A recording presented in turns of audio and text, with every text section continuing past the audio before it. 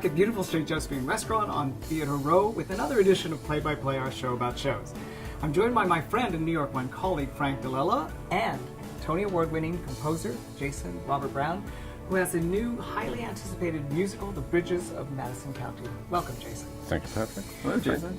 For this musical, Jason, you learned to play guitar, right?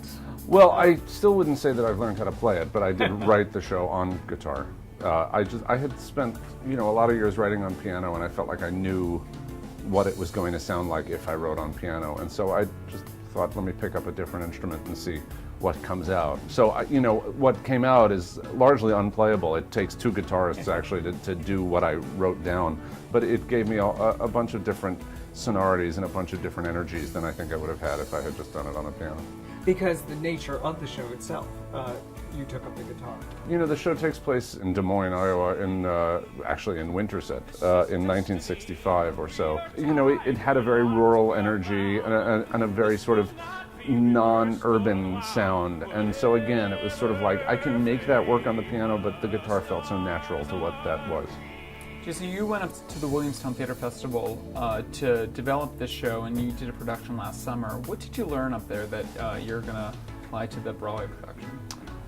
We learned that the show is awesome. No, we had a beautiful time up there. It was really a chance for us to just sort of, get our hands on the show and see sort of what needed to be shaped and molded. I think if you saw it at Williamstown and you saw it in New York, you wouldn't notice substantial differences, but you might notice that the flow is better, and you might notice that it sort of it has a little bit more of a natural movement to it. Were you able to write the songs with voices in mind? Kelly O'Hara, obviously, and Steve Pasquale are playing the lead roles. Did you have those voices in mind when you wrote the songs? Oh yeah, we wrote the show for Kelly, so we always knew that it was Kelly who was going to sing it. So it was very helpful to have that in my head, because she has such a specific, it's a very versatile instrument, but it's a very specific instrument. So knowing that that's what I was writing for was really wonderful. Stephen was actually a sort of late addition to the game. I would have been happy to have written it for Stephen from the outset, but he was always off doing television shows, and so there was no way to get him.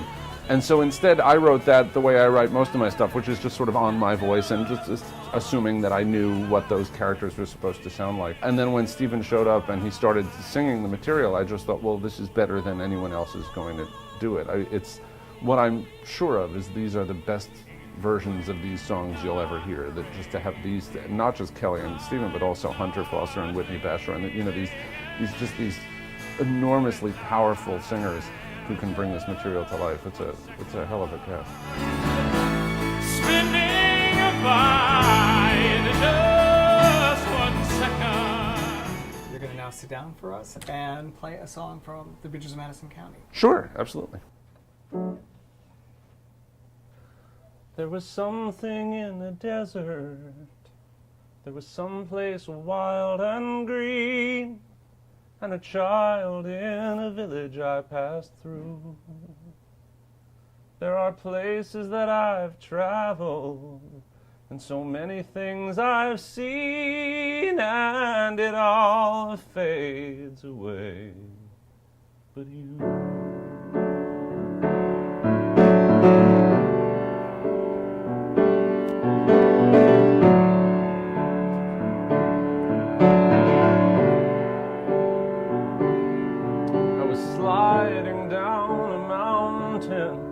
I was burning in the sun. I was crying with amazement at the view. I was capturing a moment, but when all is said and done, well, it all fades away. It all fades away.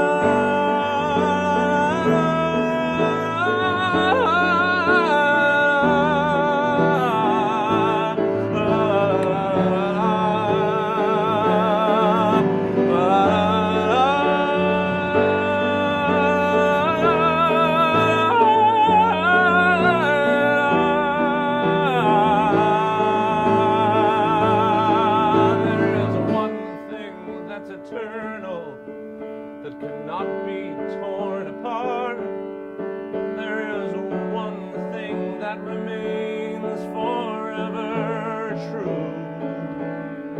Past the thinking, past the breathing, past the beating of my heart, it will all fade away. It all fades away, it all fades away, it all fades away, but it all fades away, it all fades away, it all fades away.